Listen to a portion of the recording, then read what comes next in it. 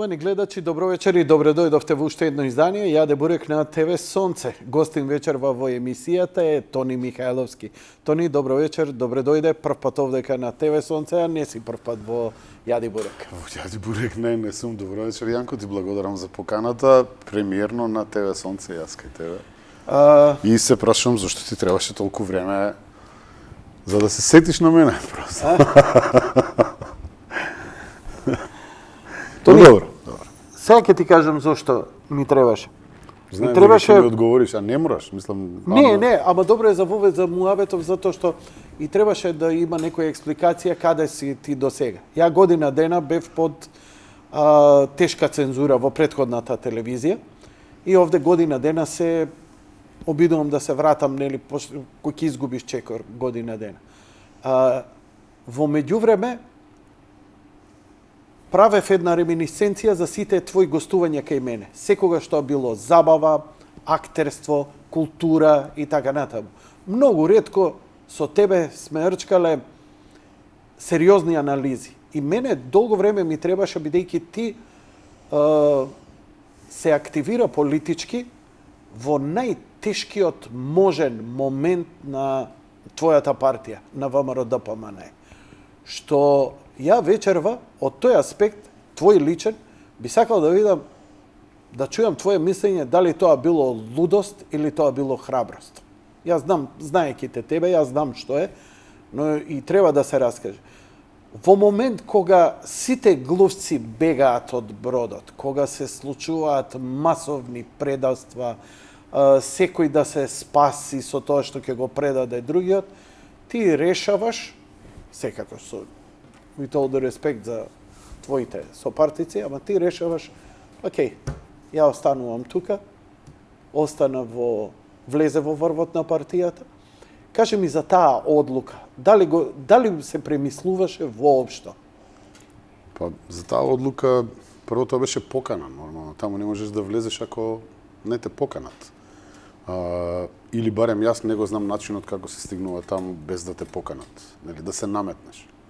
Бев поканет од сегашниот актуелен председател Христијан Мицковски да влезам во раководството на партијата и ми беше понудена таа одговорност да бидам член на извршниот комитет за прв пат откако сум јас, нели, во таа партија. Некако напредувам, се чувствувам дека напредувам, бидејќи тоа е, да, некој вид на качување на скалата на хиерархијата.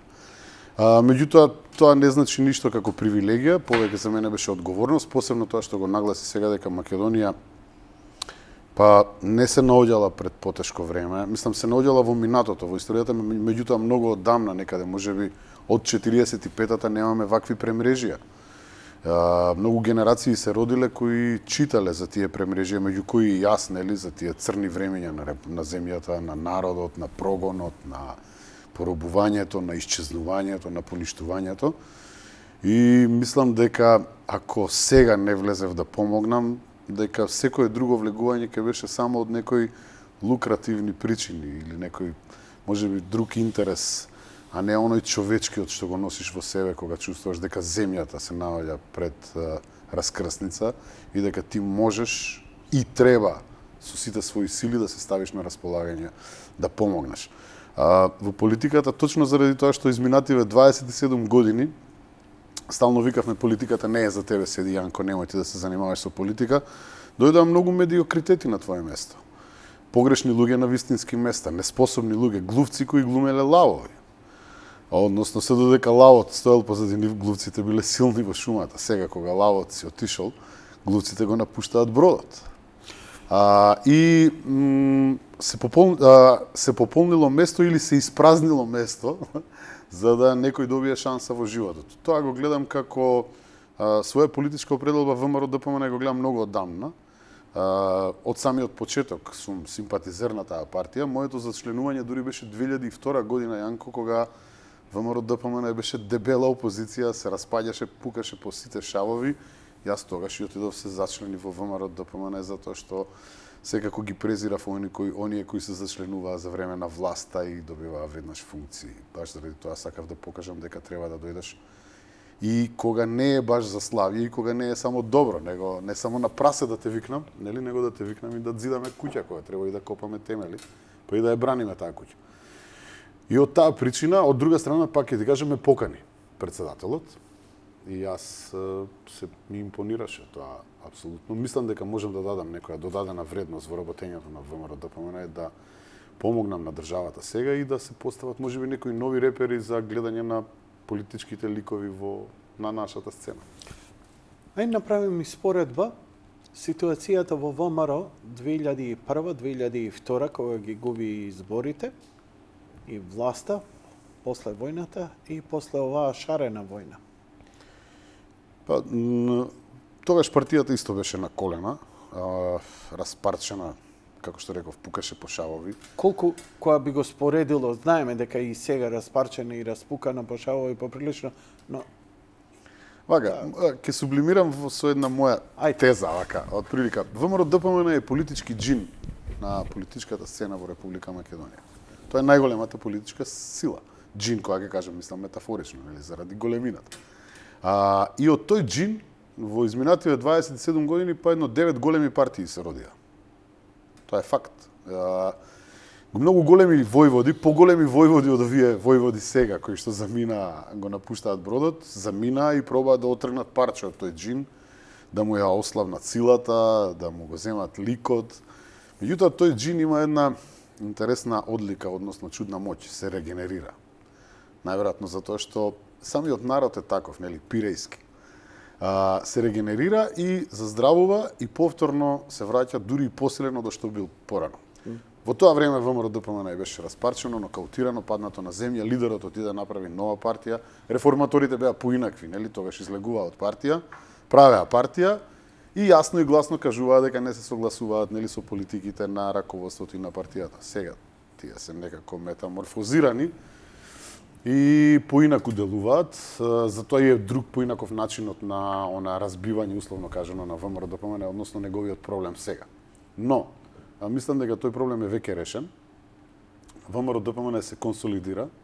Има сериозно преструктурирање на партијата од врвот до доле до најситните делови на партијата. Имаме нов председател, имаме ново раководство, нови председатели на општинските комитети, нови председатели на местните комитети.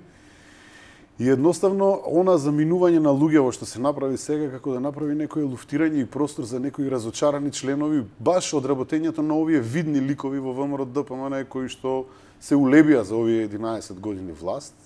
И јас мислам дека ВМРО ДПМН од ова може само да добие, а не да изгуби. ВМРО дали ќе добие? Тоа е прашање. Што да добие сега? Што да добие? Можеме да дефинираме што да добие. Да освои власта или така натаму, да биде повторно фактор голем на кој ќе ја креира политиката во владата земја. во Република Македонија, бидејќи 27 години Јанко две партии ги водат владите, односно 4 партии, 2 македонски и 2 албански ги водат владите во Република Македонија. Но едно не ми е јасно. ВМРО ДПМН изминативе 10 години беше најјако во сопствената историја. Никогаш не било појако и по-монолитно. Токму тоа требаше да го разбијат. Историско обединување. Значи, не постоело. И тоа беше реториката кај шарената револуција, дека е тоа веќе диктатура и режим. Значи, премногу јака власт, која не може демократски да се сруши, ќе се руши по било кој начин. Но Мицковски беше овдека кај мене, го запознав, не можам да кажам уште мислење, потребно е време за реално да кажам, бидејќи е многу прибран, многу одмерен човек и многу си ги мери зборовите. Во време кога се случуваат работи кај што народов како да очекува нешто друго, а не одмерени зборови. Времето сигурно покажува дека одмерените интелигентни луѓе на подолга патека секогаш добиваат, а во моментот лумпен пролетаријатот. Но ја го прашав него тогаш, ќе те прашам и тебе истото прашај. Како е еден? Немам добар збор, некој латинизам. Најди го лошиот, е. Кој би опишал колку моćна и голема беше ВМРО ДПМН, онака да се сруши како кула вавилонска. Ама тоа е, просто е на многу луѓе што од страна гледаат им е просто нејасно. Како одеднаш таа голема поддршка што имаше за толку брзо време ја изгуби и од сопствените луѓе, и од дел од народот, и целата таа една структура се распадна. Јанко, македонскиот народ ги има казнето и Социјалдемократскиот сојуз и ВМРО ДПМН, кога грешеле во своите политики кон државата. Значи, ниту едниот не е имун на тоа казнување, ниту пак другиот политички субјект. Амин. И вака сега. Значи, власта ја губиш кога? Кога ќе го пропуштиш моментот за незино повлекување. Тогаш се губи власта во животот. ВМРО ДПМН очигледно претходното раководство го пропушти моментот за повлекување, мирно повлекување од власта и предавање на тоа на Социјалдемократскиот сојуз за да престане едноставно да се шпекулира што ќе направи, нели? Што потребе? Кога требаше тој момент да биде? Па тоа беше пред објавување на бомбите. Според мене, тогаш требаше да се случи тој момент. Како што го прават тоа американците. Имаме слушани разговори за вас, окей, се повлекувам, повелете на избори победете. Не објавуваат ништо. Така? Нема држава што не се прислушкувала во светот. Нигде не ги објавиле разговори. Барем јас не сум сретнал пример, ако знаеш, нека да исправиме. Значи, мислам дека ние сме првата држава кај што се објавија такви разговори, но добро, во ред. И ти си првиот кој ова го вели. Ти си првиот. Ја мислам првиот од ВМРО ДПМН како партиски функционер, бидејќи јас тоа го реков во емисија на времето. Шаторите кога се поставија пред влада од шарените, тогаш така, ајде на избори, се повлекуваме. Не, студентите беа доволен показател. Еве да речеме, јас би одел дури и порано. Така. Ако тебе студентите те се незадоволни и ако некој успел да го разбуди револтот кај нив, дали е тоа со слушани разговори, дали е тоа со таргетирање, демонизирање на личности, напаѓање, разбивање на институции, вкоренување на лагата како со печат на вистината, нели, единствен, бидејќи стопати повторена лага лесно станува вистина, ние тоа го знаеме и тоа се вика не е битно како. Значи, ако тебе тоа не ти беа доволно јасни знаци дека нешто не е како што треба, тогаш најверојатно си заслужил да ти се случи ова или си верувал премногу во себе си и во луѓето околу себе. Ниту еден лидер пак нема изгубено заради себе, туку заради луѓето околу себе. Повеќето од нив најверојатно и не знаат што прават луѓето околу нив, како што гледаме, дека не знаат се додека не дојде моментот да се скрши јајцето па да види дека е муќко, иако од надвор било црвено, убаво и кажувало шефе, до смрт за Македонија, јас сум со тебе и такви работи, и оној момент се крши и гледаш дека е тоа муќко јајце. Но има луѓе, има политичари кои тоа како добро го хендлаат, го менаџираат своето владење и што им прават по ниските слоеви. Затоа што тоа се приметуваше, ова неверојатно ми е дека го изговараш како представник на ВМРО ДПМН, го изговараш она што на многумина... Ова се зборови по учебник за политика. Никој не го кажува, прво, значи, кого и да прашам тони, со кого и да разговарам, па еве партиски кои ќе се јават потреба. Американците биле криви, марсовците биле криви, овој бил крив, Заев бил крив, све некој друг крив. А ти викаш, не бе, дечки, што кај мене побудува голем респект. Дечки, сами сме виновни за ова што ни се случи. Крај на програмата. И тоа е така. Ти го кажуваш моето мислење, ама јас сум небитен. Ама ти, како член, како Јанко, функционер... Тоа е исто од прилика како да го обвинуваш вака... Бараш парабола, не, барам една, мислам малку можеби е дрска, безобразна, ама нема врска. Кажи, слободно. Тоа е исто како да го фатиш својот партнер во измама, прелюба, како се вика тоа, нели, неверство, и да го обвинуваш оној со кој што го направило тоа. Не, оној што ти кажал дека тоа... Не, тоа е веќе степен, на тој више не му преш муабет, тој ти е смртен непријател. Нема процес, сме решени што поима да ти кажува на крајот на крештата, нели? Вистината е чудна работа. Овие шарениве 4 години трагаа по вистината. Носеа печат на вистината, нели? И се што ќе кажеа го оверуваа со тој печат. И одеднаш кога еве вистината доаѓа пред нив, тие вртат глава. Не сака никој да се соочи со вистината. Сите сакаат да живеат во некој матрикс и во некоја шарена лага, затоа што ако се соочиш со реалноста, има големи шанси да паднеш во депресија. Или контра да отидеш на тоа па да дигнеш револуција. Тоа се двете спротивности. Но ние очигледно сме одбрале третата. Во летаргија сме на златната средина И ниту паѓаме во депресија, ниту па конкретно па преземаме, зборам за македонскиот народ. Мислам сега не зборам за ВМРО ДПМН, и бидејќи знаеш како се доведовме во една ситуација, морам да кажам уште нешто, не можеш да одбраниш народ, Јанко. Народот е тој што брани. Ја и ти не можеме да го одбраниме народот. А они викаат треба не да можеме ја и ти да го одбраниме јас и ти двајца или ВМРО ДПМН со 180.000 членови да одбрани 2 милиона. Треба 2 милиона да се одбраниме од ова зло кое што сега не напаѓа, да речеме така. Ние се доведовме до таа ситуација да мнозинството бара од малцинството да го брани. Мислам, ВМРО ДПМН не е целиот македонски народ. Социјалдемократскиот сојуз не е целиот македонски народ, така. Тоа е многу поголемо нешто, тоа е над сите и тоа е нешто надпартиски. И мислам дека кога ќе се каже надпартиски, треба точно да се разграничи што е партиски. ВМРО ДПМН може да ги брани институциите во парламент, да брани ставови државност, унитарност на Република Македонија, меѓутоа оној момент кога ќе дојде до навистина тоа да се одбрани, тоа само народот може да го направи. Не може никој друг. А во народот се подразбира сите што се незадоволни и од едните, и од другите, и од третите, да се сплотат и да се обединат, но да се вратам на она. ВМРО беше моќно големо и токму тоа требаше да се разбие. Мислам, според некои луѓе што се во ВМРО ДПМН се случи едно историско обединување на ВМРО под водството на претходниот претседател, нормално. И токму тоа им пречеше на овие од другава страна на Социјалдемократскиот сојуз, на бивша Југословенска комунистичка партија, како што милувам да ги кажам. И заедно со нивните пријатели од надвор, нормално помогнати, прво го срушија тоа единство, го разбија митот за силата и честноста на таа партија, најдоа многу дупки тука, дека многу од таа честност и била само декларативна, има докази за тоа, нели?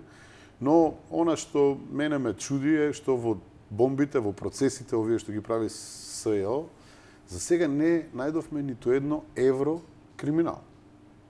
Барем јас немам, дека се осудени за некоја провизија, за затајување, за данок, за такви работи, за желби и за остварување на некаква си корист која не е некако парично, никако, нели? Туку некое задоволување. Конкретно, бившиот премиер е осуден затоа што понекогаш посакал да се вози во тој Мерцедес. Да ти кажам дека еден гледач се јави и вика сосема заслужено е осуден пред да се случи пребегот. Зашто вика? Да, ако сме ние Шведска, тогаш сигурно би било сосема заслужено. Зашто викаме осуден? Вика па затоа што на снимките се слуша дека он вика и децата ќе се ги возел во Мерцедесот. Што по оправдание, по моралот и етиката, кој голем дел од јавноста, тоа е казниво, ти за тоа ќе лежиш. Дали е тоа правно издржано и така натаму, не ги интересира народ. Народ си ја купи приказната, морам да признам, дека тој кој ја осмислил приказната, добро нас не познава. Так. Значи, Точно знаеш едно време имав антагонизам прво према себе, зашто не почувствував што се случува, второ, спрема народот, зашто дозволи тоа да се случи, и трето, спрема ВМРО ДПМН, зашто беше слепо и не реагираше на она што беше очигледно. Но мене ми е јасно од оваа дистанца дека ова, некој вика, против голема мечка се бори. Ова не е мечка, ова е Танос. Ова е оние ултра меѓугалактички непријатели од најфантастичните стрипови, не филмови. Ова ни Марвел не може да го нацрта. Марвел, ова тешко дека ќе го нацрта. Значи, буквално 7 чекори. Ако народот одлучеше да, не знам, да ги спречи тие 8 да гласаат за уставни измени, овие веќе има уште 2-3 сценарии. Буквално сценарио врз сценарио врз сценарио врз сценарио. Ја не верувам дека постои партија која може да има таква логистика на аналитика. Не може. Освен ако нема сериозна помош. И тука на некој начин испаѓа една Дон Кихотовска борба. ВМРО ДПМН упорно збори дека е против промена на името, дека е против уставни промени, а во суштина секој интелигентен знае дека што и да направите, кој потек да го повлечете, тој Deep Blue компјутер против кого играте шах, веќе ги има изанализирано сите ваши и неодиграни потези. Па како тогаш? Што е сврхата? Дали ова е само витештво кое ни се случува? Океј, барем често ќе се бориме, немам избор, што? Иако знам дека ќе изгубам битката. Најверојатно ова е, ние сме млада демократија. Демократијата во Македонија е стара 27 години. Еден 27 годишен човек со целото своје искуство не може да се мери со 50 годишен, 70 годишен, 200 годишен. Не постои таков човек, но ете постои таква демократија. И мислам дека овој процес низ кој што треба да поминеме, но не мислев дека до толку ќе се загребе дното. И навистина во ни најлоша проекција моја не сум мислел дека постои човек кој себе си ќе се доживува како лидер и ќе инсистира на промена на име, распродажба, идентитет и такви работи. Но ете дојде и тој период. И најверојатно од ова би требале да излеземе посилни, ако воопшто излеземе. Што ќе излезе? Ако воопшто излеземе, па добро, најверојатно оваа борба ќе земе некој дел. Очигледно е, Јанко, една работа. Во Македонија се раѓа нов народ. Кажи ми, дали сакаш да влезеш во анализа политичка, како политичкиве аналитичари? Ти си актер, ти си уметник, ти збориш со еден поинаков дискурс од политичарите. Но дали можам да го барам јас од тоа? Еве, кажи ми, по тебе, што ќе се случи? Мојот личен став. Што треба да се случи со Македонија? Многу е блиску до оној план што го мислам дека се лиферуваше пред некаде година и пол, две, дека Македонија треба да се подели помеѓу Албанија и Бугарија. И од она што го согледувам, намерата на овој преспански договор е Македонија да го изгуби својот идентитет. Ако немаш идентитет, тогаш ти сигурно дека ќе бидеш во потреба на нов идентитет, бидејќи како никој и ништо не можеш да бидеш. Од Кракозија не можеш да бидеш. Или северно-македонскиот идентитет не е веќе тој идентитет што ние го знаеме. Тоа е некоја нова држава, некој нов почеток, од нула се ресетираме. Немаме врска со ништо претходно што се случило буквално до тој ден од кога ќе се изгласа таа нова држава. И има Јоханес Хан една интересна анализа со наслов "Што со Бугарија после бугарите". Не знам дали си го прочитал. Ова не го измислувам јас, ова го напишал господинот Јоханес Хан. Кој вели вака дека Бугарија откако влезе во Европската унија треба да остане строго европска земја, бидејќи е стратешки битна, бидејќи е убава земја пред се, на крајот на грешта, но има еден проблем, многу бугари се имаат иселено во изминативе години откако е таа членка на Европската унија, па се шпекулира некоја бројка од 3 милиони бугари дека се заминати и станати се италијанци, германци, французи, швеѓани, што се не планираат да се вратат во Бугарија.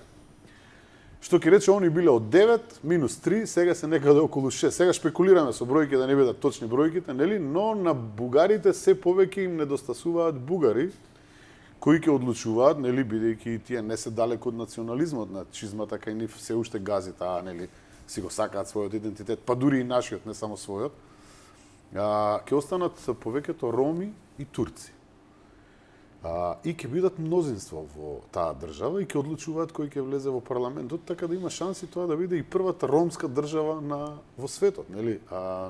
Карикираш? Карикирано, тоа он го пишува, ќе ти го пратам линкот. Сепак го пишува? Не, он не пишува дека ќе стане ромска држава. Ама ти станува јасно. Тебе не ти е јасно дека таму ќе бидат политичко тело кој одлучува кој ќе влегува во парламентот. Ја мислам дека ромите беа први кои пребега од ромите се изјаснуваат повеќето како турци во Бугарија. Значи кога ќе кажеш турчин треба да го допрашаш што дополнително, нели, бидејќи повеќето од ромите во Бугарија се изјаснуваат за турци. Што ќе рече, со други зборови, Хан таму наговестува дека таа дупка од 3, а во следните години уште 4,5 милиони бугари некако мора да се пополни и да се избалансира. Мене, овој договор со Бугарија не ми кажува ништо друго, освен дека таа заедничка историја кога тогаш може да премине во единствена бугарска историја. Поголемиот не те прашува дали ова заедничко или не си го зема и кажува дека е негово на крајот на криштата. Посебно ако ти доброволно се откажеш од тоа и потпишеш дека се откажуваш од тоа, како што го прави адаптоидот премиер, бидејќи адаптоид. Он како ќе се поздрави со бугарин, он станува бугарин. Како ќе се поздрави со грк, станува грк. Он не знае ни самиот што е, неговиот идентитет веќе не е битен, ни какви жички, какви чичковци, татковци, негови колку и да ги имал, мислам тие. Ништо Колку не да ги имал. Па така рече и моите чичковци и татковци. Ја тоа не го измислувам, го цитирам. Така да мислам дека може има шанси ние да станеме некои ново бугари, Јанко. И тоа не е далеко од македонскиот јазик да биде прогласен за јазикот на Блаже Коневски, како што почнаа да ни го нарекуваат, веќе не е македонски, тоа е јазикот на Блаже Коневски. И да стане бугарски дијалект. Па Македонија е веќе грчка. Ако е Македонија грчка, јас и ти како македонци не гледам зошто би немале на плоштад статуа на Александар, нели? По некој дефолт тогаш ни доаѓа. Значи, ние немаме право на Македонија, на зборот Македонија, на историјата Македонија немаме право. Јазикот ќе го дефинираме како ќе ни се вика, нели? И тоа се е отворено сега.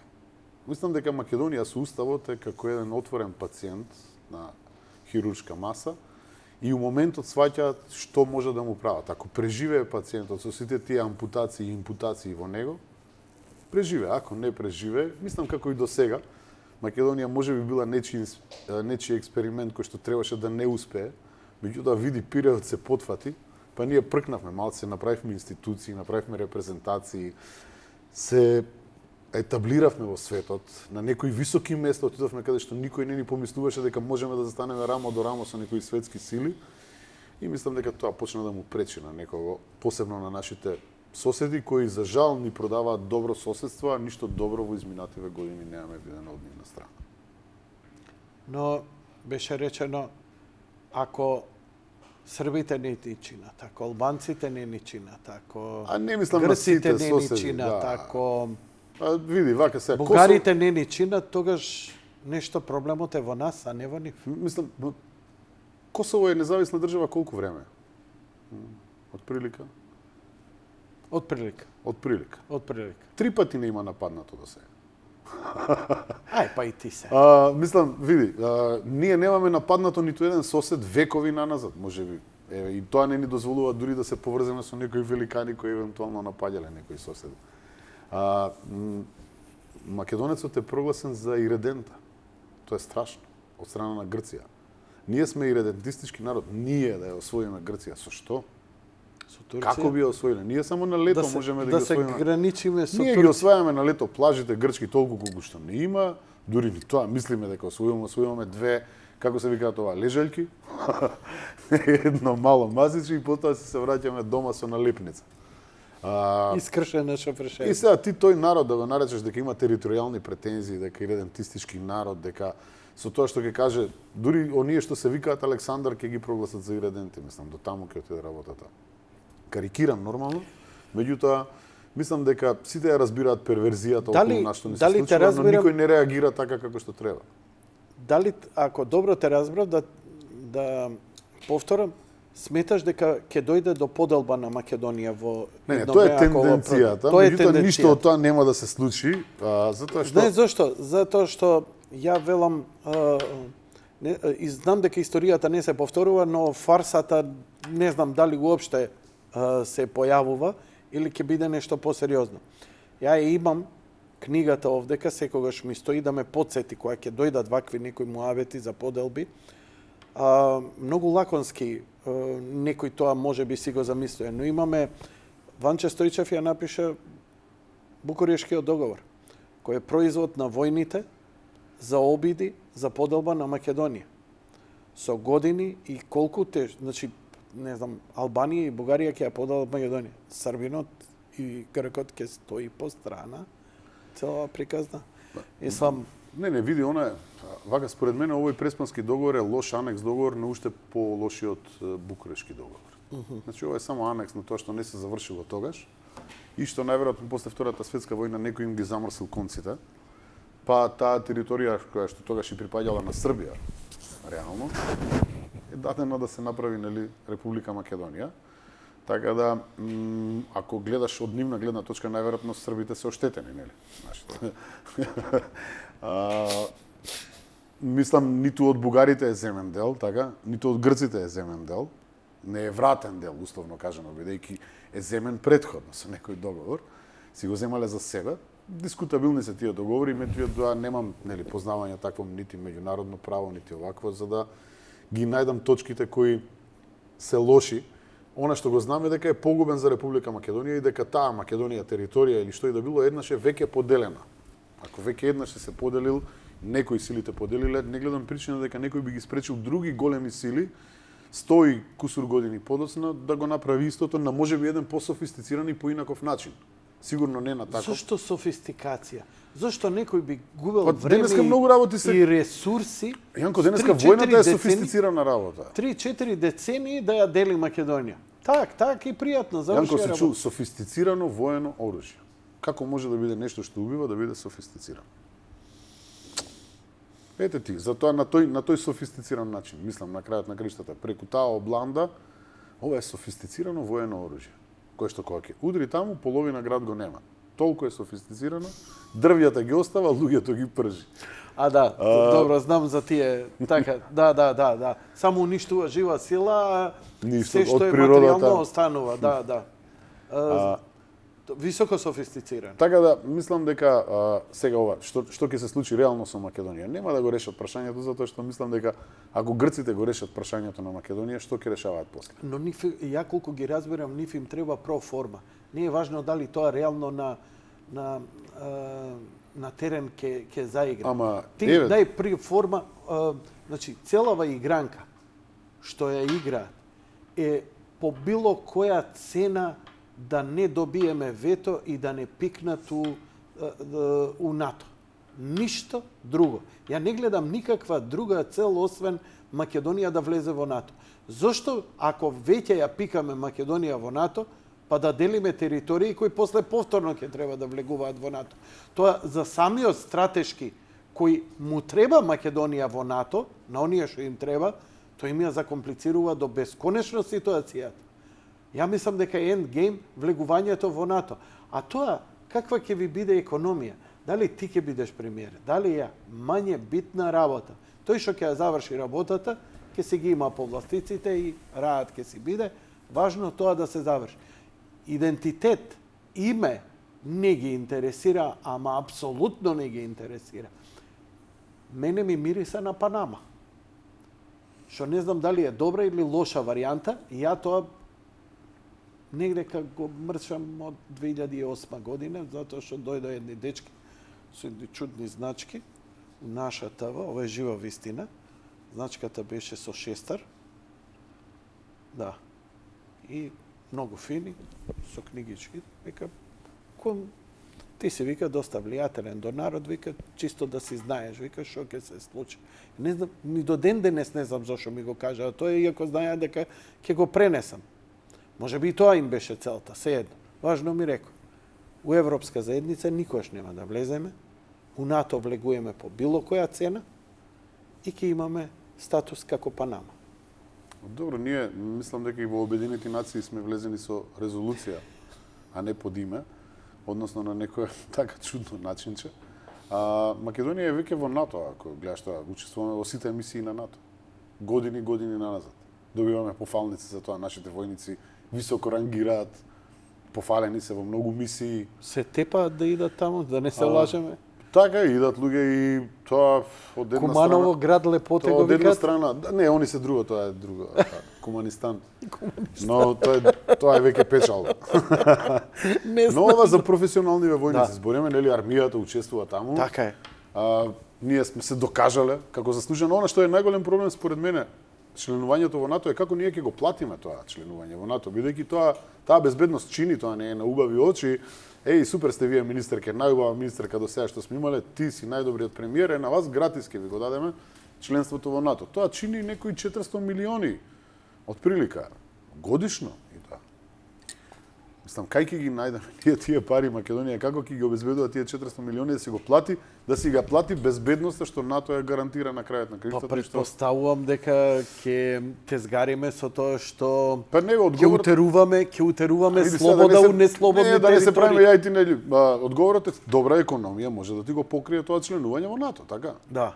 Значи, бруто домашен производ добар може да ти покрие членување во НАТО. Македонија се тоа го слагам. нема. Нема. Односно имаме најкатастрофални Први сме на сите црни листи откако постои. Значи на сите црни можни листи, најзагадени, најкорумпирани, најмал бруто домашен производ, не знам што све не, корупција, криминал и такви работи, ние сме први на сите црни листи. И он ми вели дека ние сме заслужували и сме можеле да бидеме во НАТО. Ке банкротираме втората, третата година. Јас сум за тоа, јас сум милитантен тип, тоа сум го кажал многу пати. Сакам да сум член на било каков воен сојуз. Во моментов нема друг околу нас, освен НАТО, така? НАТО. Дека ја гарантира безбедноста, нека донесе тоа привилегии на државата, нека отвори порти во бизнисот, нека напредне, нека мрдне целиот систем, во ред супер, и имај пари да го платиш тоа. Добра економија значи и цврст идентитет, така? Значи, ако јас и ти имаме плати од 1500 евра, не му дозволувам никому да ми го смени името. Другачие ќе размислувам. Фала ти што ги изговараш најлогичните работи. Значи, ние нема подобар начин да браниш и име, идентитет и тоа што си. По-безбедно име од добра економија не може да биде загарантирано. Так. Значи, средена држава по сите параметри. Не можеш ти да бидеш социјален случај. Со добра економија и здравството ќе го средиш. И тоа што ќе викаш дека не ја даваме, дека ќе ја спасиш Македонија. Не бе, дечки, биди успешен. Само така. Ја не. Тоа е за мене горда Македонија, тоа е за мене исправна, слободна, независна Македонија, економски стабилна држава. Ние тоа некако не успеаме, а во моментов мислам дека економски сме растресени, затоа што мислам дека спроведува една црна политика оваа влада на финансиско уништување и банкротирање на државата, односно сите институционално предавство ни се случува и разорување. И кога ние финансиски ќе не уништуваат по секоја основа. Ја мислам дека сега можеби и Византија е уништена, една голема империја, финансиски, Отоманската империја е уништена преку финансиски пат. Сите империи се уништени. Хитлер е уништен финансиски на крајот на краиштата. Пред да идеме за сочните работи Груевски, Мијалков, не ли мислиш дека се случува нова прераспределба на капиталот, како 45-та, кога се одземаше капиталот од капиталистите и се прераспоредуваше на други. Сега овдека, во овој момент, например, Орце Камчев, Мијалков, рекетирањето на Тинекс, на Зегин, на Пелистерка и така натаму, едноставно економско се согласувам, не уништување, туку создавање невозможна ситуација на бизнисмените да го продолжат својот бизнис и бамба дијала, барем за собствена глава, за собствен газ да спасат, да го дадат било кому, било кој. Па друг ќе го води, кој никогаш, утре, никогаш нема да помогне и спонзорира партија како ВМРО ДПМН. Не знам, тоа треба да видиме. Најверојатно, според мене, види, никогаш па и не се земало нешто од богаташите и се дало на народот. Од едни богаташи станаа партизански богаташи. Не, тоа зборам. Ама секогаш бизнисмените си играле на две карти. Истите бизнисмени останаа да играат и со некој беше стрелан, некои биле стрелани, колку да се замачкаат очи, ептен на оние најистакнатите колаборационисти, меѓутоа другите со коферчињата кои функционираат до ден денеска, тогаш биле ковчежиња, сега се коферчиња. Цифрата и сумата за преживување неофицијално ја има поставено Бранко Црвенковски во оваа држава за аболиција, аболирање. 250.000 евра. Значи, тоа е еден мит од минатото време на СДС, кога за 250.000 евра сите си ја купија својата слобода. Дали тоа 2002 откако се вратија, нели, за да им се одмазнат затоа што 2 години кратко соработуваа со ВМРО.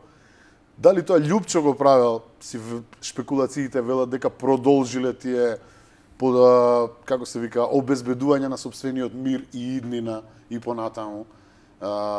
И мислам дека тоа време додека не заврши, а тешко дека ќе заврши, барем сега во периодов, мислам дека е најзасилено онака, дека тука се интензитетот е 200 дигнат, дека нема шанси да едноставно државата да тргне напред, се додека некој бесправно си го откупува сопствениот мир, а политички таргетираме ликови за да задоволиме нечии потреби, да ги ставиме зад решетки, оние кои што би требало да глумат нешто како животно во зоолошка, нели, ќе дојдеш да го видиш дека е во решетки, готово криминалот е исчистен. Со тоа што ќе го ставите Никола Груевски зад решетки, А очигледните криминалци ќе ги оставите на слобода. Мислам, не сте го решиле криминалот во држава. Не сме завршиле ништо. Тоа е само одмазда која ќе роди нова одмазда и тука нема да има правда. А додека нема правда, многу јасно, нема мир. Или нема каква е таа правда, Јанко, ако не се спроведува, така за сите, нели? Имаме премиер кој е осуден 9 години да лежи за тенковски делови, никој не го брка тие што сега се бркани. Дали конечно го амнестира, него го ослободи. Сега амнестиран, да. И сега се прашуваш дали тој премиер некаде однел 250.000 некој куферче за 9 години никој да не го чепне. Едноставно се прашуваш дали е можно дека се вистина тие шпекулации, дека некој со куферче од 250.000 евра, ја немам ни 25 евра да си го откупам мирот, нели имам друг мир, но он можел да си дозволи при тоа, ако има 250.000 евра да ги даде на некој друг, сигурно има многу повеќе да задржи за себе. Твоите зборови, овој пат, овој распад, овој распокување на ВМРО ДПМН, велиш дека конечно може само за добро да биде, затоа што ќе се пролуфтира, ќе останат само дарвиновски, да речеме, најотпорните, најсилните, најпосветените. Нели истото може да се примени тогаш и за македонска држава, која не можеме да излеземе, да отцапаме од такви ликови, кои исклучиво од лични, себични, лукративни причини доаѓаа на власт во било која партија, и земјата идеше се подоле и подоле, без оглед кој да се смени власт. Па нели може би на крај више и таа, како да кажем, тој економски колапс кој ни се заканува покрај политичкиот, да направи еден нов квалитет. Конечно, како ќе идеш нагоре ако не го допреш дното, да се одразиш од него. Как да се вратиме на она? Не... И сега твоето, што ќе остане па тогаш? Да, тоа е што ќе остане. Вака ВМРО и во минатото. Па да почнеме од тоа, бидејќи нели праша за ВМРО, па после тоа како ќе се рефлектира на Македонија. ВМРО и во минатото имало нели вакви померувања. 95-та имаше некој отцепување на големи ликови од партијата. Па потоа 2002 година почесниот председател се одважи, отцепи голем дел од членството и од парламентарната група, ако се сеќаваш, на ВМРО ДПМН му остана некаде околу 6, да не шпекулираме, 5, 6 или 7 пратеника. Сите други отидоа во Народна партија. Јас сум жртва на тие такви реформаторски струјења во ВМРО ДПМН, односно кога сме се сега или тогаш бунтувале, тогаш на времето, нели? Тоа е, мислам, не го крием тоа, кога сме се бунтувале против раководството за кое што сме мислеле дека не работи честно, дека ќе уништи партијата, односно поточно ќе кажем, многу им верувавме на некои ликови дека се во право и едноставно тоа е некоја заслепена следбеност кога ти треба време да го процениш човекот дека те лаже, односно дур не го скршиш јајцето, па ќе кажам дур не го скршиш оревот, не можеш да видиш дека има црв во него. Они сами се скршија под притисок и покажаа дека они биле грешка, а јас треба да се одговарам за тоа што сум им верувал на нив. Тоа. Сега, си одговарам јас за они го направиле, но прсот се вперува во те. Зошто не си го почувствувал? Зошто не си го кажал? Тоа е моje лично. Види се, и останаа многу луѓе тогаш во ВМРО кои веруваа, во ВМРО ДПМН кои му веруваа на тоа ново раководство и тоа ново раководство дојде и остана 11 години на власт. И мислам дека повторно тоа чистење му допринесе на полесно и поубаво функционирање на ВМРО. Мислам дека истиот ефект ќе си има луфтирање, тоа е здрава работа. Ресетирање. Некои ликови на крајот на криштата и не си можел да ги тргнеш ти, него ако тие сами не се повлекле или не направиле нешто заради кое што ќе бидат тргнати. Тоа е као една реченица од еден истакнат ВМРО-вец кој пред да почне емисијата кај мене претходната телевизија ми вика ВМРО заслужува да изгуби, само вика многу забега, вика ама тие што ќе дојдат после тоа, Бог да чува. Значи, во право си и самокритичен си кога викаш дека да, ВМРО правеше грешки, една од најголемите грешки што не почувствува моментот кога треба да се повлече и ја мислам дека е тоа. Затоа и оваа влада ќе падне на истиот начин и затоа што вака ќе ти кажам, оваа влада е најлошото нешто од можните најлоши водења на државата и од СДС и од ВМРО во изминатите години. Значи, ова е есенција на лошото и мислам дека не е исклучено дека и ВМРО во минатото на сличен начин превземало фирми, некои видни личности во ВМРО се полакомиле, станале грамзиви многу, нели? Да. Не се задоволиле со тоа што го имаат, него сакале да градат сопствени империи. И во ВМРО имаше грешки од типот на ќе ти кажам дека бадигарди стануваа милионери. Значи, тоа е нешто што е воочливо, додека, например, имаш телевизиски звезди и уметници кои немале да јадат за да преживеат. Тоа нели е една грешка на една политичка партија која структурите на обезбедување ќе станат милионери и ќе имаат фабрики, фирми, ќе имаат возен парк, како што ја и ти и ред други луѓе кои честно си го заработуваат својот живот и ете немале среќа да имаат еден тон мускули на себе и да бидат заштитници на некои видни личности, ќе станат милионери.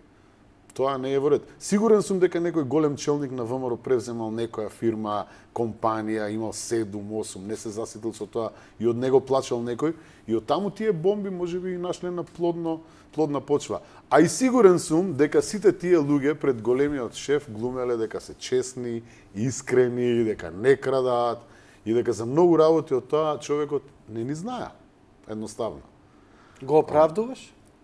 Па Какво е твоето согледување за него? Не бегството, не, него за неговото владење. Сега збориме за Груевски. Вака сега ќе помине тоа што овие некои како да ги кажем. Ќе го збориме во вториот дел. Да. Со ова да завршиме. Да, допрва ќе се гледаат неговите допринеси за Македонија и што се навистина има направено. Сметаш дека е позитивна личност? Јас мислам дека има многу повеќе позитивни отколку негативни работи што се направени. При тоа пак ќе ти кажам, верувам дека многу од нив околу него ги имаат направено без негово знаење, дури и кажувајќи му дека тоа не е така.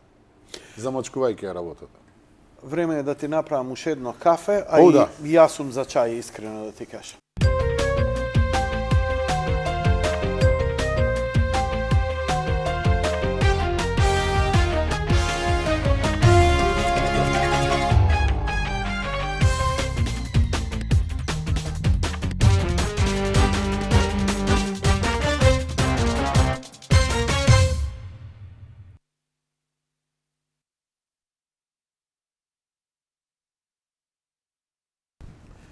Океј, драги мои пријатели и пријателки, повторно во живо студиото на Јади Бурек на телевизија Сонце, гостин Тони Михайловски.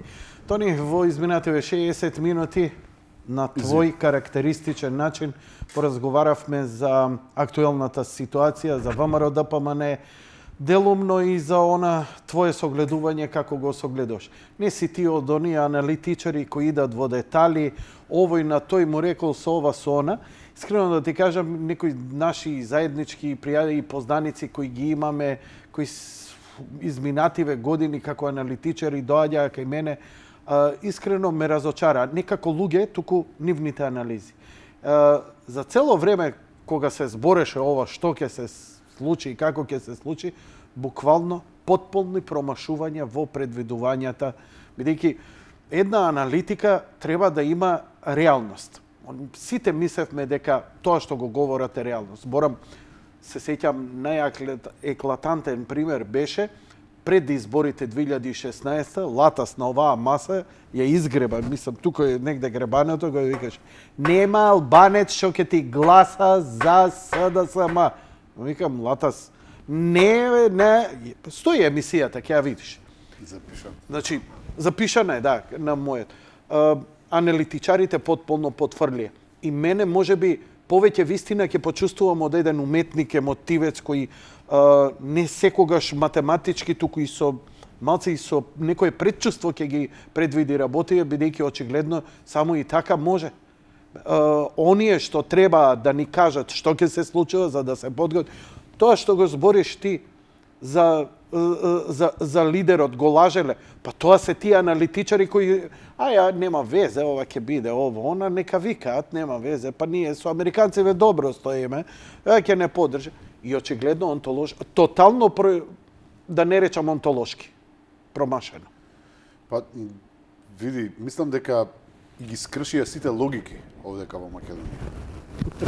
Се разбија сите логични размислувања така да човек не може да ја пронајде онаа која би требала да дојде како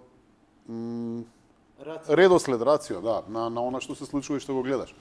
Бидејќи, пак ќе кажам, ја не...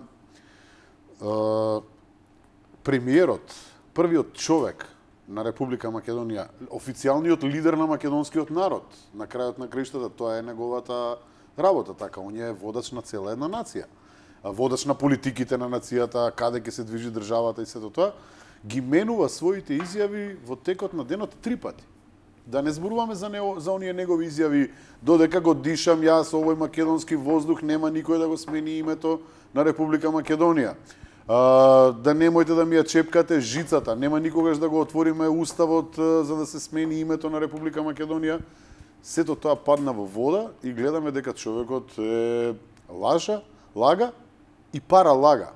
Паралагата е тука, Јанко, секогаш, и тоа е основниот проблем кај нас, која се пласира како вистина, е тука да ја поддржи основната лага и да помогне во незината веродостојност. Ние имаме цел систем еден, имаме човек кој лаже, тоа е премиерот. Имаме паралажови системи, министри кои го поддржуваат, новинари, новинарски куќи, телевизиски куќи, нели медиуми, кои се паралажови, учесници во неговата лага и наметнуваат една логика кај другите која е неиздржана. Таа кога ќе се распрсне, наметнуваат нова логика, и човекот не може навистина, обичниот човек, да испофаќа што е вистина сега и што реално ќе се случи.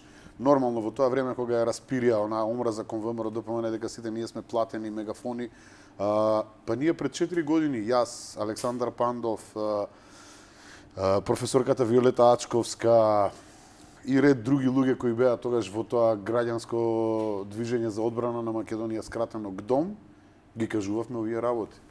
Тогаш нас не черечеа, не демонизираа и кажува некакви хонорари што сме ги земале, дека сме биле трубадури, мегафони на власта и дека по секоја цена сме ги бранеле тогашното раководство и криминалите на ВМРО ДПМН. Испадна дека сме биле во право, што е многу страшно.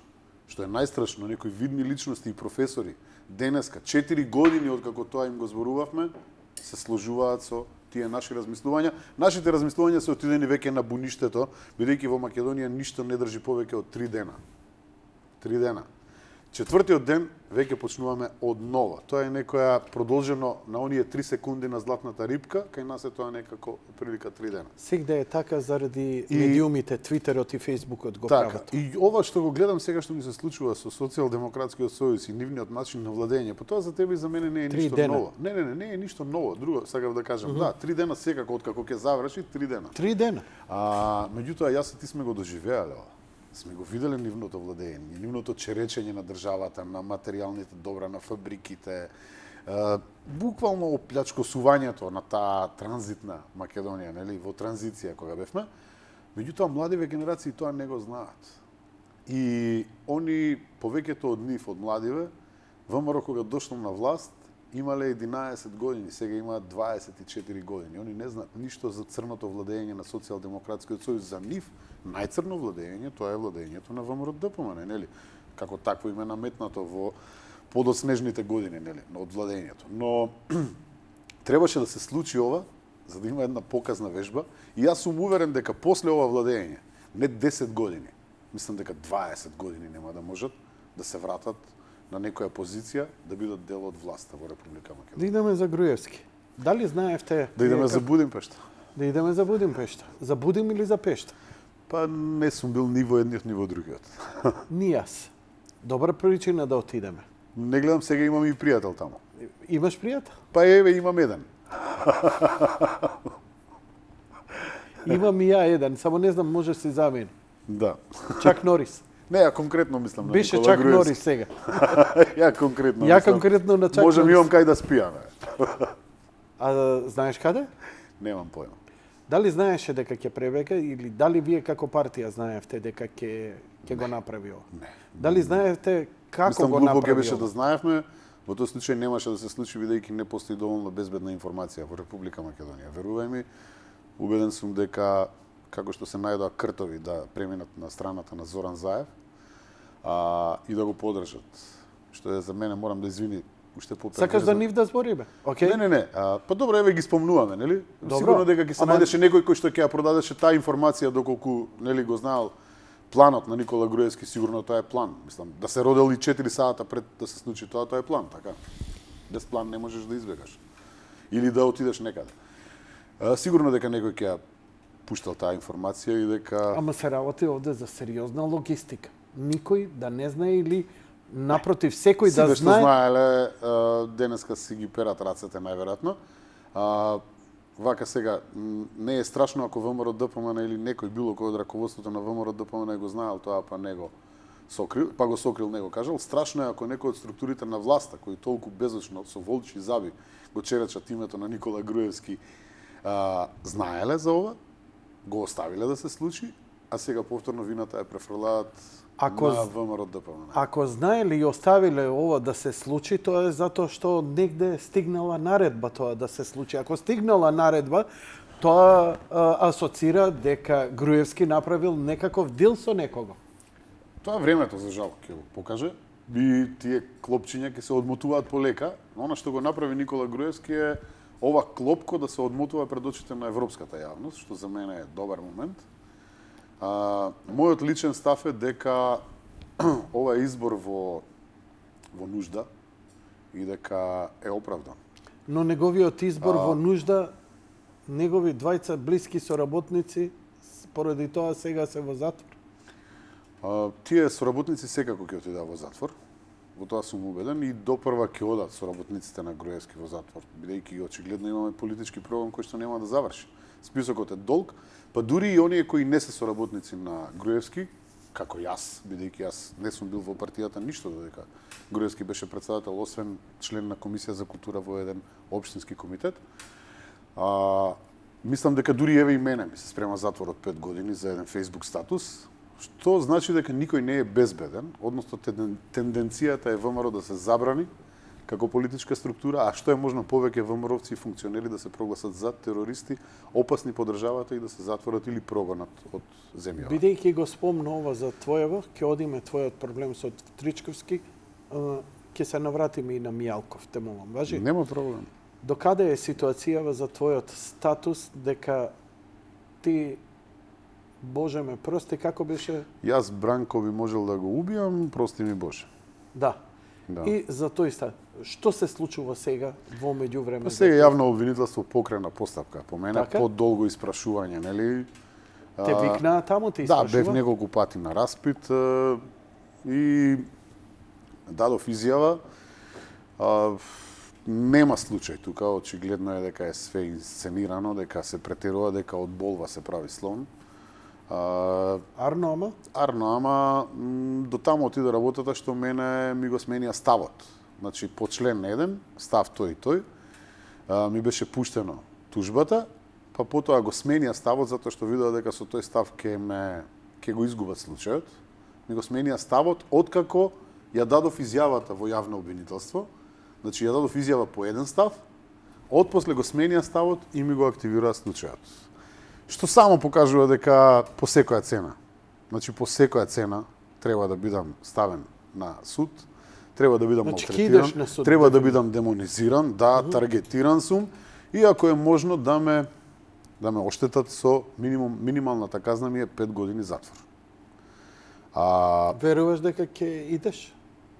5 години во затвор? Да. Па вака со Социјалдемократскиот сојуз мене ништо не ми е исклучено. 2003 година веќе кога дојдоа на власт за никаква оптужба за нешто што не се случило ме осудија 20 дена затвор за тешка телесна повреда врз 75 годишен старец. Тој не сум го пипнал човекот, буквално. И ме осудија на 20 дена затвор. Тоа беа тешки денови за мене, тоа само заради тоа што бев член на ВМРО, ДПМН и затоа што бев портпарол на единицата Лавови во тоа време. Значи ја да се за моје здравје и на мојата фамилија да се оградам од тебе сега, све што кажеш. Но види, се шегувам. Да, можеш, најдобро би било. Најдобро би било. Дека се оградуваш од моите ставови, бидејќи не све се оградувам од него. Апсолутно ограда, сакаш да иззидам една оградица овдека. Ужичен овако како саламче ќе те свиткам. Сега бар можам и да те зезам, пошто Може. више не сум суха лепота кој што ме рчкаше порано. Си ослабнал, морам да ти 30 честитам. кила. Да не можеш више да ме рчкаш. Душата ми, маста ми ја извади. То ни ме ослаби. Но морам да те провоцирам некако. Имаше За мое здравје. Така. За мое Ти си доста сугестибилен тип. Ептен сум. И да знаеш дека сум. Но тоа за мене, Јанко, по друга страна, овие судски процеси не беа ништо чудо и во времето на владење на ВМРО ДПМН, Не, дали се виде ти со Тричковски, дали имавте средба до сега? Не, јас не го познавав тој човек, не знаев за него. Значи ти коментираше Името само не беше- неговите Види статуси. вака, тоа е негова игра на зборови и неговото оружје е зборот. Орудие, пардон. Ајде, оружје е многу. Ма не и он конкретно. веш нешто со зборови. Види, тоа е новинар. Значи, тоа е неговото основен алат во занаетот, условно кажано, бидејќи новинарството нели не е занает. Професија е. Тоа е негов начин на игра. Он е генератор на злото. Он пишуваше колумни во кои што сечеше глави на ВМРО-овци, на македонци. Македонското име е канцер, македонците се глупави, овакви, онакви, треба да се стрелаат. Пилите, главите треба со моторни пили да им се исечаат, да се тркалаат по земја. И сватив дека човекот игра на тој начин. И јас и моето орудие е зборот на крајот на краиштата, па решив да му возвратам на соодветен начин, на неговиот начин. Но, знаеш, такви кукавици рицари кои ќе ти фрлат ракавица на Мегдан, ќе те повикаат и потоа ќе трчаат, ќе плачат во јавно обвинителство, не се непозната категорија овдека во Македонија, тоа се тие храбри кукавици. Оно што ме фасцинира и што ми е за почитување во целиот случај, мене всушност не ме тужи Бранко Тричковски, него ме тужи ЗНМ. И тоа ми е, како да ти кажам, од друга страна гледам една позитивна работа, си го штитат своето, нели, на крајот на крајшта, тој е нивни член. Но она што ме прави тажен е што во оваа Македонија нема здружение на актери кој ќе ме брани мене. Односно ќе го брани. Ќе те бране? Па не верувам дека тоа ни еден актер не се осмели да каже да го одбрани Владо Јовановски, а камоли па мене за Бранко Тричковски да ме одбрани.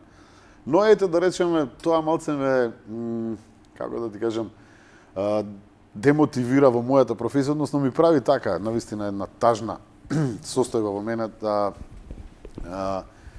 не сме ние толку организирани. Ако целата актерска фела скокне против целата новинарска фела, тогаш ќе се избалансираат работите и односно нема да има жртва, нели? Ќе биде тоа изремне двобој. Вака јас сум оставен сам на двобој против една огромна, условно кажано, глутница. Не доби од ниеден колега поддршка во оваа работа? Не. Не ни очекувам дека Не ни ќе добијам. очекуваш. Не. Предпоставувам дека се плашат да не изгубат улога, работа, ангажман. Или едноставно некои уживаат. Мислам дека повеќето уживаат. Повеќето уживаат, да, што ја доживувам. Имаш ти големи пријатели со кои долго време се дружиш, како они реагираат? Не сакам да ги вовлекувам во муабетот. Апсолутно си изреволтирани, да, мислам дека Добро. и Тогаш да те прашам, не пропуштаат прилика ако можат, а некои од нив и настапуваат, нели? Се јавни личности да го споменат овој случај како парадокс во една земја во која што требаше да се гарантира слобода на говор, која што ВМРО ја уништи, нели, апсолутно. како е твојата релација со Весна Бејбе? Супер. Она ти е директор сега, ако не се лаже? Весна Бејби? Не. Петрушевска. Не. Јанко. Си извинувам. Симона Угриновска е директор на Македонскиот Добро. народен театар. Тоа е девојка која подолго време работи во Македонскиот театар, има завршено продукција на Факултетот за драмски уметности и е продуцент на многу представи што сме ги гледале во минатото. Нели? Тоа се оние луѓе кои стојат секогаш позади еден проект, кои за жал не се гледаат, но се многу битни. Симона е одличен организатор.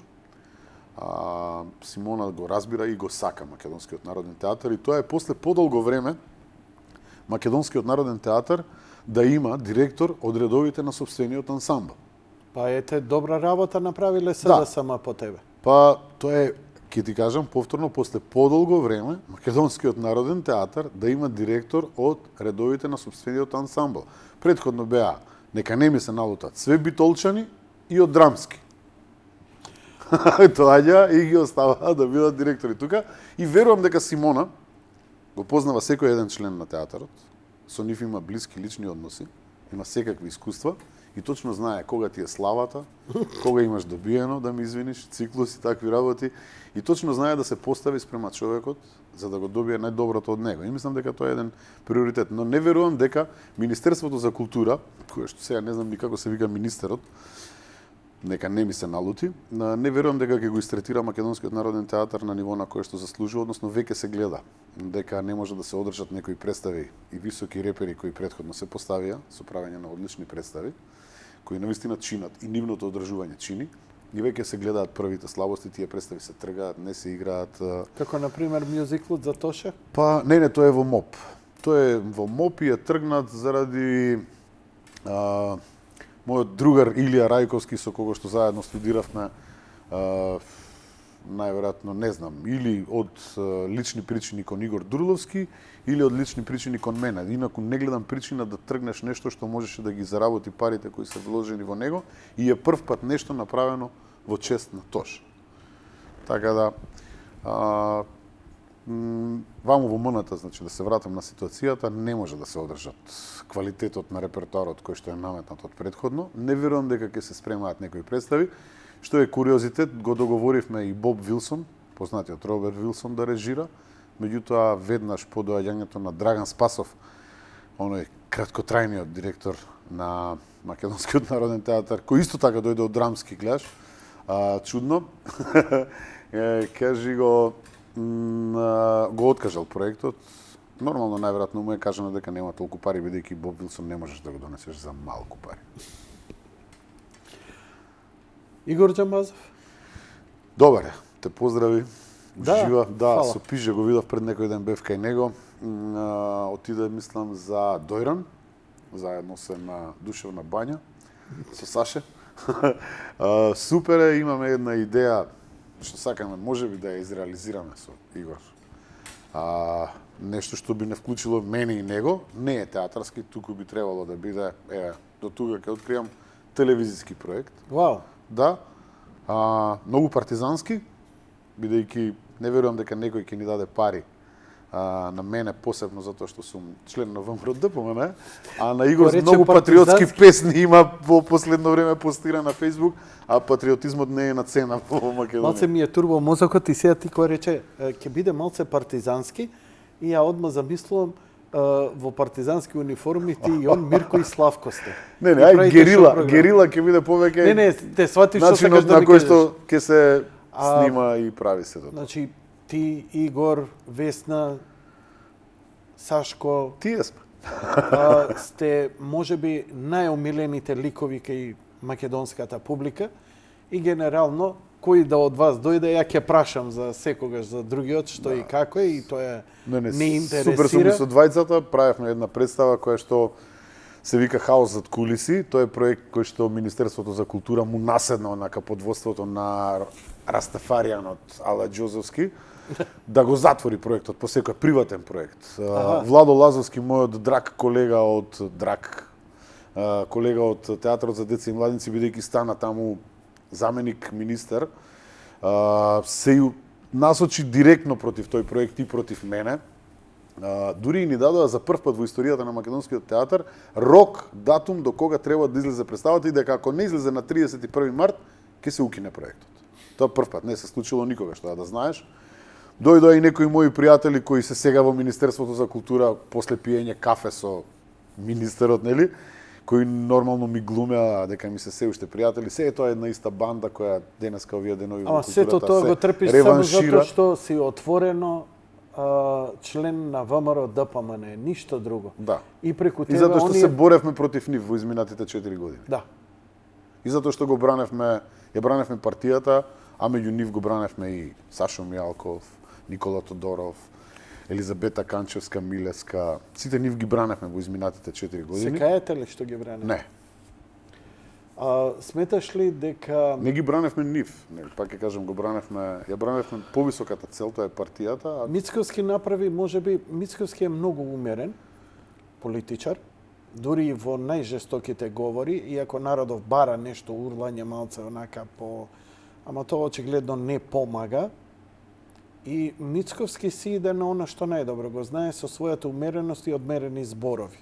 Тоа може би изгледа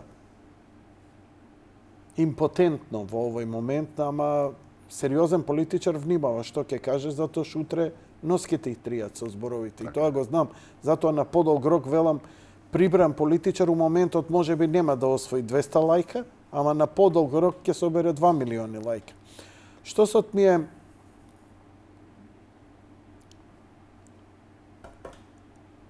дали ова раслојување, Мијалков беше, како да кажам, сериозен дел од ВМРО-ДПМН. Човек кој ги водеше и влечеше многу конци, ако не речем, и сите конци во ВМРО-ДПМН.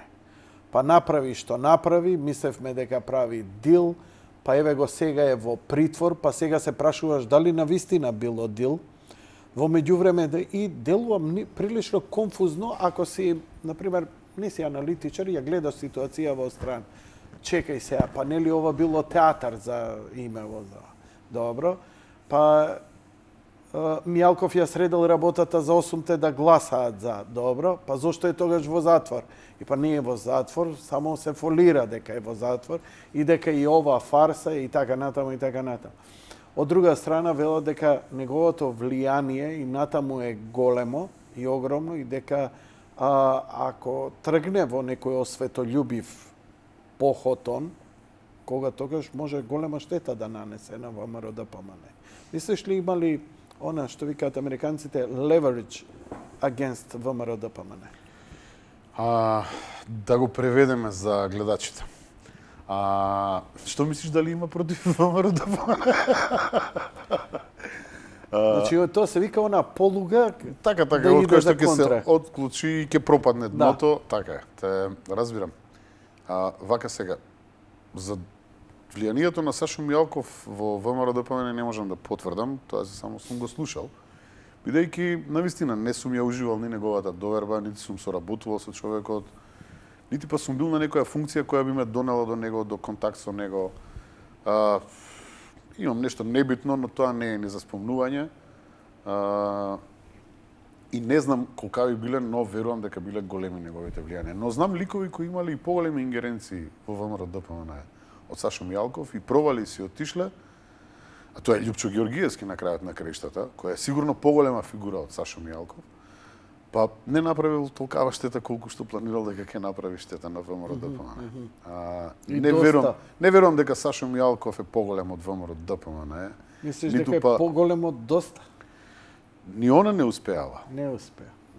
Нареди друг, кажи и други, ги знаеш скоро сите што излегле, не е поголем ни од нив во тоа време, нити како лидер, ниту па на крајот на краиштата е поголем од ВМРО-ДПМН, бидејќи ВМРО-ДПМН не е еден лик, не е име и презиме, дали се вика Сашо Мијалков, дали е Никола Тодоров, дали е Елизабета Канчевска. Милеска, сите тие се листопадни. И јас, вклучувајќи ми мене, и милливи луѓе, вклучувајќи го и сегашниот председател за 20-30 години, нели тоа ќе биде миллива категорија. Сигурно ќе дојде, можеби ќе дојде некој друг. И не верувам дека ќе се роди човек во иднина кој ќе го надмине, ќе надмине големината, ќе стане поголем од тоа што е партијата. Партијата одлучи да излегува секоја среда на протести, а во една од изјавите Мицковски рече дека ќе одиме со гандиевски протести. Можеш ли малце да ми го објасниш тоа? Па тоа е дефиницијата за Христијан Мицковски. Христијан Мицковски е човек кој не е склон на насилие, не е склон на агресија, не сака преку агресивен пат да дојде до она што треба како негова цел што е зацртана. Сигурно дека не е макијавелистички тип, дека целта му ги оправдува средствата и дека треба да гази и по лешеви. Како што го гледаме тоа кај овие луѓе, бидејќи овие сите што заминаа 8 души се макијавелистички типови, тие за нив целта ги оправдува средствата, они мора да си го купат сопствениот мир и мегајле за државата, тоа било фарса.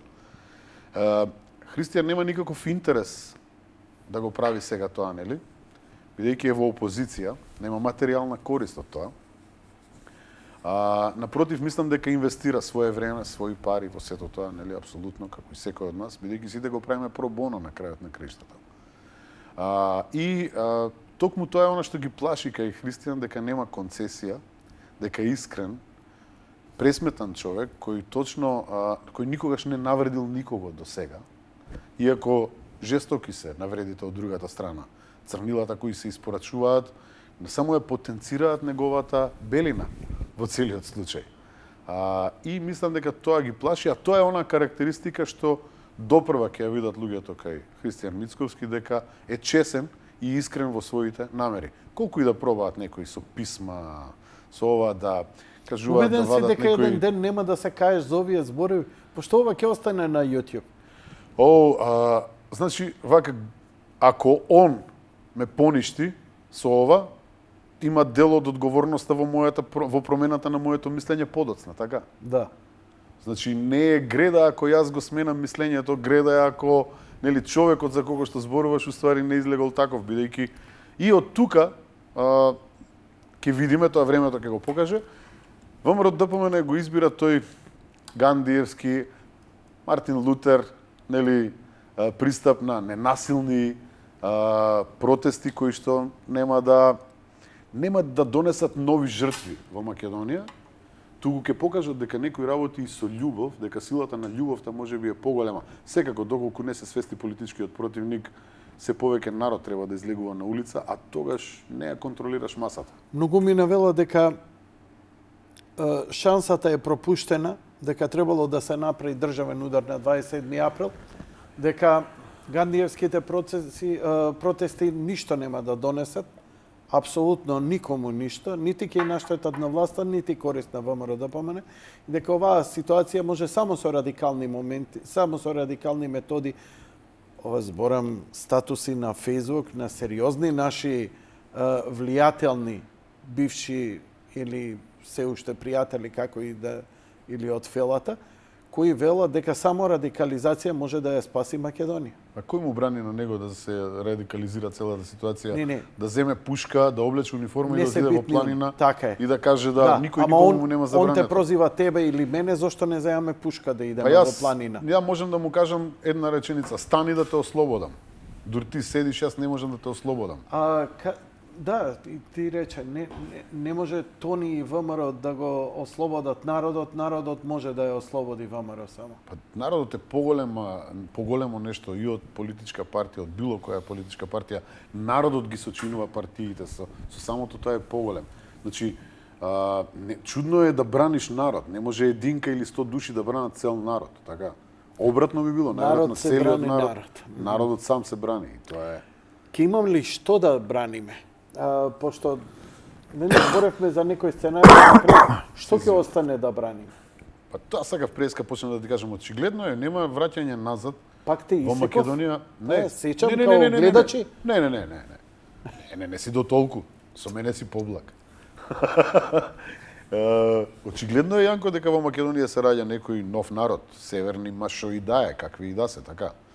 И дека тие за таа држава не може да ја добијат на подарок. Односно дека сакаат да земат дел од нешто што го нарекувавме заедничка држава. И ако сакаат да земат територија, како и секој друг народ што сакал да земе територија, тоа ќе мора да го направат со револуција. Но не со кондомска револуција и фарбање на згради и шарање колку сум ја убав и колку сум урбано герилен тип како готи да е, него со конкретна борба треба да се направи тоа. Една земја да се создаде, мора да има востание и крв. И па нели го поминавме тоа? Што сега пак ли ќе идеме на тоа? Сме го поминале, ние поминавме еднаш. Републиката во пламен 41-та, 903-та. И тоа треба да заврши после 3-4 пати. Не постои правило, најверојатно. Аха, тоа треба да се повторува. Па не, они сакаат да направат. Па еве се. Која е поентата нашите предци да гинеле, ако ние пак треба да гинеме?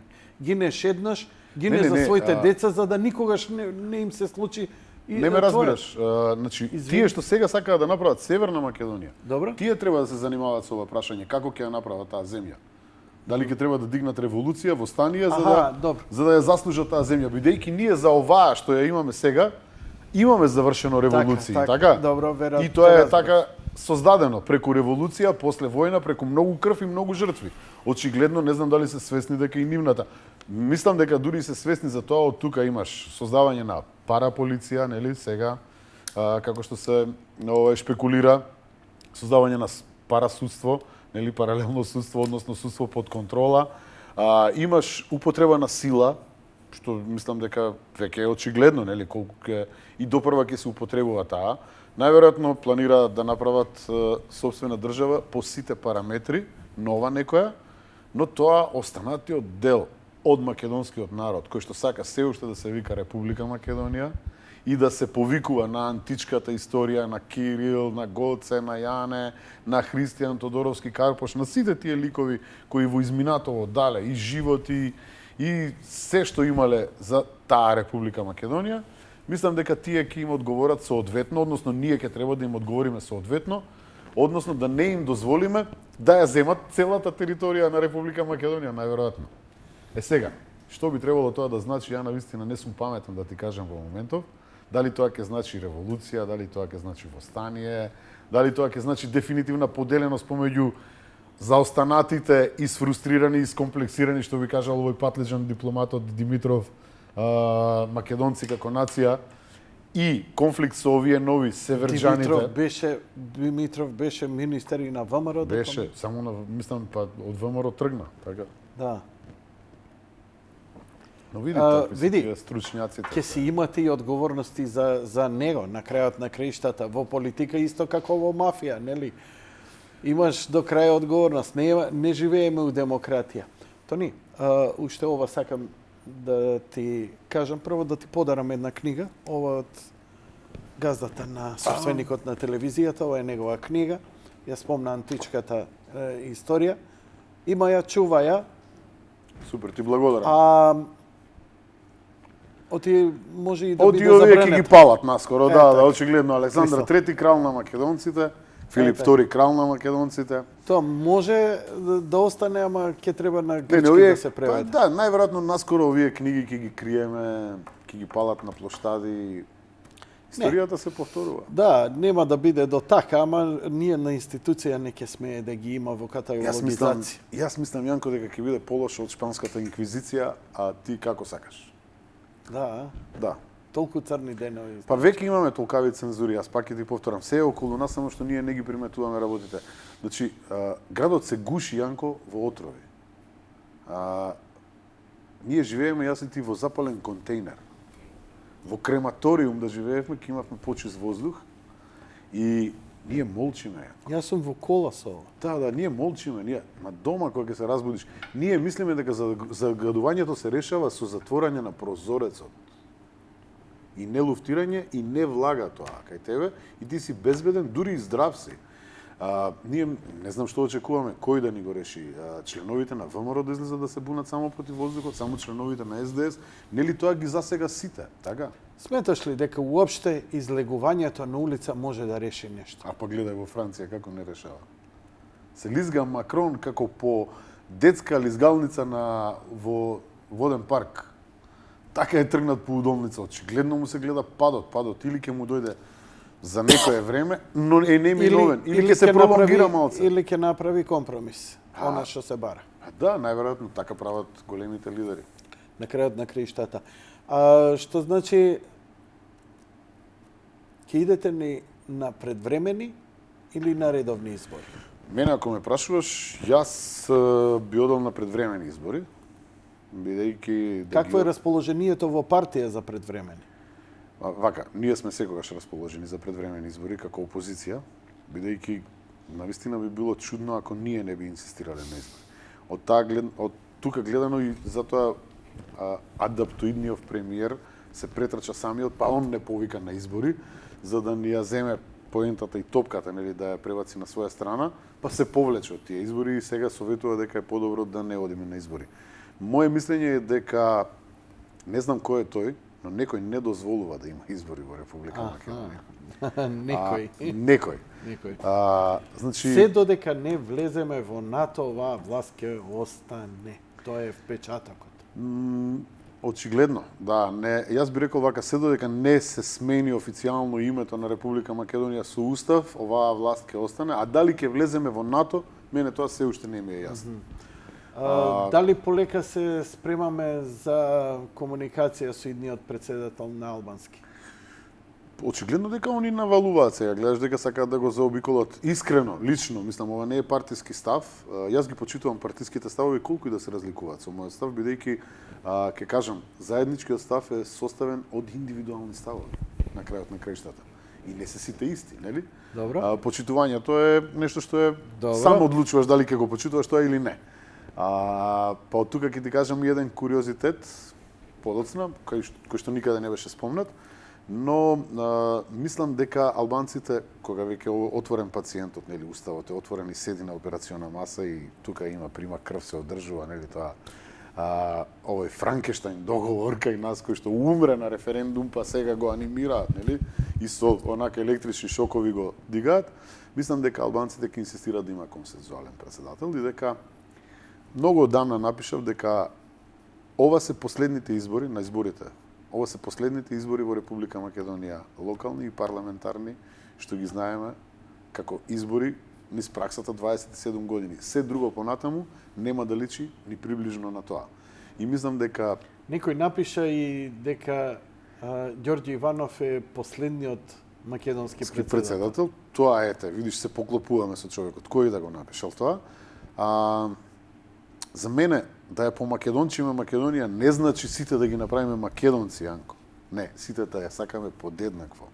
Дали сме македонци, албанци, срби, власи, роми, египјани или било какви, сите други бошњаци.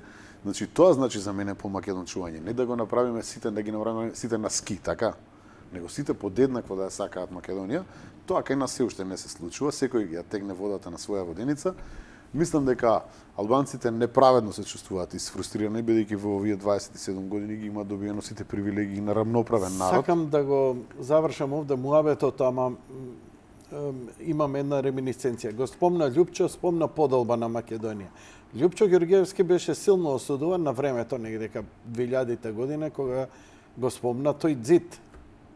2000 и некоја. Размена на територии. Размена на територии, ѕид дека подолба на Македонија. Па кој он да разменува територии?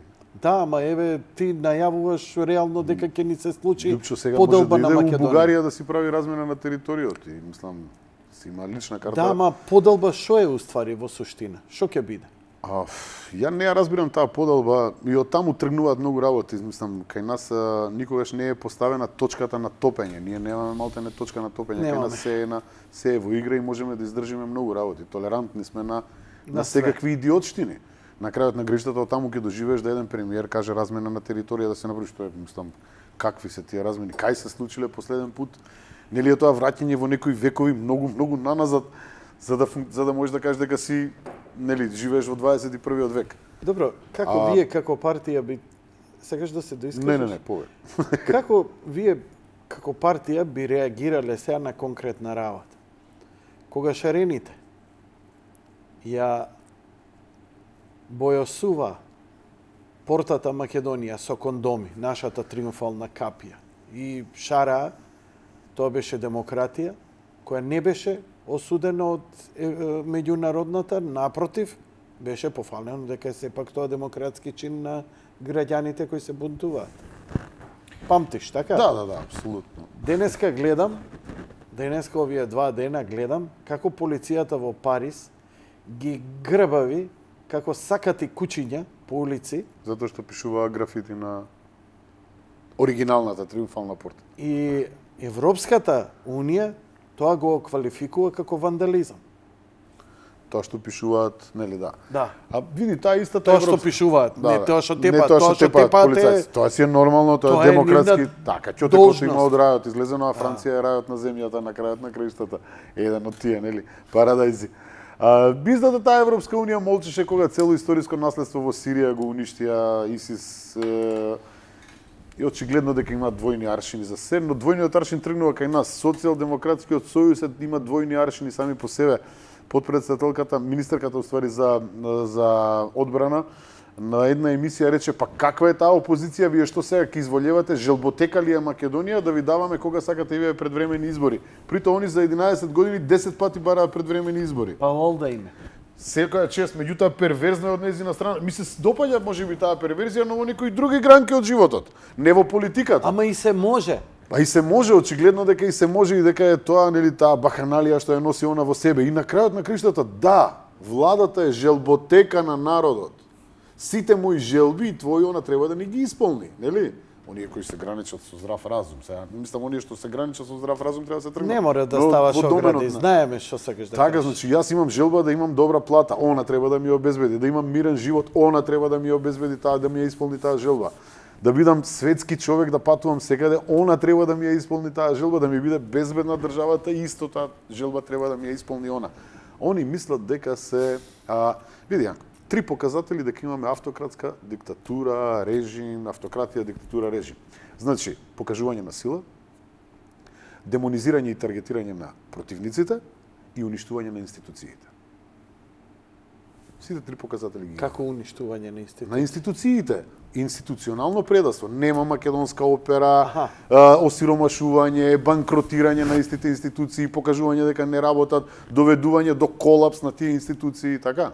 Рековме дека најдобар начин да се избориш за Македонија е личниот успех.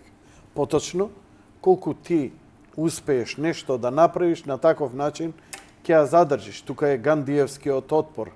Да, добро, не идеш, не се тепаш, не бараш радикализација, не мора улица.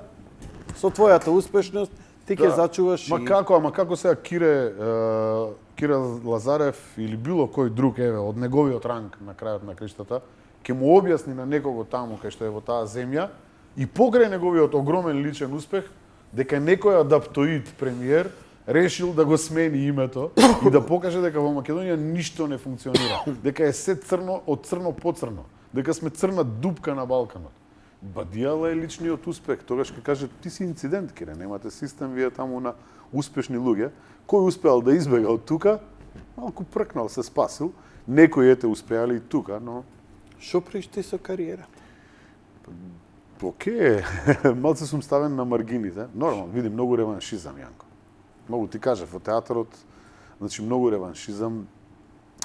Дури, ете, Јани Бојаджи обелодени една изјава дека понудил представа во Драмскиот театар, па големиот актер и режисер Сашо Тасевски му рекол дека ако игра Тони Михајловски, представата нема да се случи и представата не се ни случила. Ето до таму оди, ако може еден... Му го гледаше филмот на Јане Бојаджи? Не сум го гледал, треба да го изгледам. Да, сакам да го изгледам. Ете, гледа што му се случи на човекот со филмот. Значи, првата цензура малте не се случи кај нас во Македонија во поновата историја. Ние немаме цензурирано филм за овие 27 години. Да, ама тоа го прави СДС. Они имаат затворено театар, прави во Куманово, еве, забранија филм. И очекувам дека допрва тие. А некој ангажмани, ти многу добро имаше некоја балканска кариера, снимаше во други копродукции, сними прекрасни работи, како, например, Парада. Се уште работам со Србија. Значи, и да не се србите, ја најверојатно многу одамна не би застанал пред камера. Сенке над Балканом со Драган Биелогрлич. Сега почнавме да ја снимаме и втората сезона. Таа се спрема и ќе оди. Како сте задоволни од првата? Одлично, феноменално. Мислам дека Како поминува надвор таа? Надвор? Дали тука се прикажа? Овде во Македонија? Да. Да се прикажа на МТВ. Меѓутоа без реклама, без ништо, без таква работа, така помина повеќето луѓе се изгледаа на интернет, на YouTube, најверојатно или на некои таму, не знам, линкови на кои што се си мињаат тие. А вамо? Во Србија? Во Србија? Феноменално, втора сезона и трета е закажана. Вау. Да, учествуваш во неа? Во втората ќе загинам очигледно. Демет. И јас истото го реков, но ете, можеби ќе преживееме ако им се допаднам на вторите. Одличен ефект, супер е. Во меѓувреме ми се јавија за уште една друга серија, таму исто во Србија. Требаше да снимам еден филм Мезимица, кој се откажа тоа, не знам, пред месец дена. Готово се почнат филмото во припреми, утре дента требаше да се почне, му се јавуваат од министерство, некои слични паранои имаат како овдека. Тој филм да не се снима, ги повлекуваат парите, требаше Никола Којо да игра во филмот. И има некоја хајка против некои ликови кои што не се согласуваат со политиката на Александар Вучичу. И мислам дека истото одмаздување, истиот реваншизам владее и горе. И там. Па еве против Сергеј Трифуновиќ гледам и исто има некоја хајка, гледаш. Не знам колку си запознаен со тоа, го черечат по портали, а тоа е само заради тоа што не се согласува со политиката на моменталното раководство на Србија, мислам на председател, премиерот, што е веќе. Во театаров овдека ангажманите? Па, Плата земаш? Да. А ангажмани, играш, представи? Имам една представа, тоа е представата Дух, најновиот текст на Дејан Дуковски. Таму го играм Волкот. Тоа е интересна една представа за бутање режим. Мислам, дури... Го утепуваат волкот? Да, го утепуваат волкот, не бега за Будимпешта. Така да, тоа е малку задоцната представа и на колегата Срđan Јаничиевиќ му реков ова да си ја направеше во времето на шарената револуција. Сега ќе беше Мара Сад. Меѓутоа малце е задоцната, но тоа е едната представа, бидејќи додека бев тој уметнички советник во театарот, улогите пробав да им ги давам на своите колеги што е задача на тоа работно. Ти благодарам многу за гостувањето, времето Game Over ние веќе. Game Over? Game Over. Game Over. Game Over. Дотолку знаеш од PlayStation, на тај молим те. Како ќе се фемкаш, ја технички не писмено. Фала ти, многу пријатно ми е со тебе да разговараме. Поздрав и до твоето семејство и ти посакувам успех и со задоволство ќе ја изгледаме и втората сезона од... Јанко, ти благодарам. Ти посакувам во иднина да станеш дедо многу брзо, да ми се придружиш во тој клуб. Бим бериќат врсен. Многу здравје, многу успешни емисии понатаму и секогаш се ставам на располагање, дали како член на ВМРО, дали како актер од Тони Михајловски, знаеш дека нашето пријателство датира одамна и е потврдено посебно во твоите емисии. И во фудбалските на радио. Така. Почитувани гледачи, тоа беше се за вечерва. Благодарам за вашето внимание, лека ноќ и пријатно.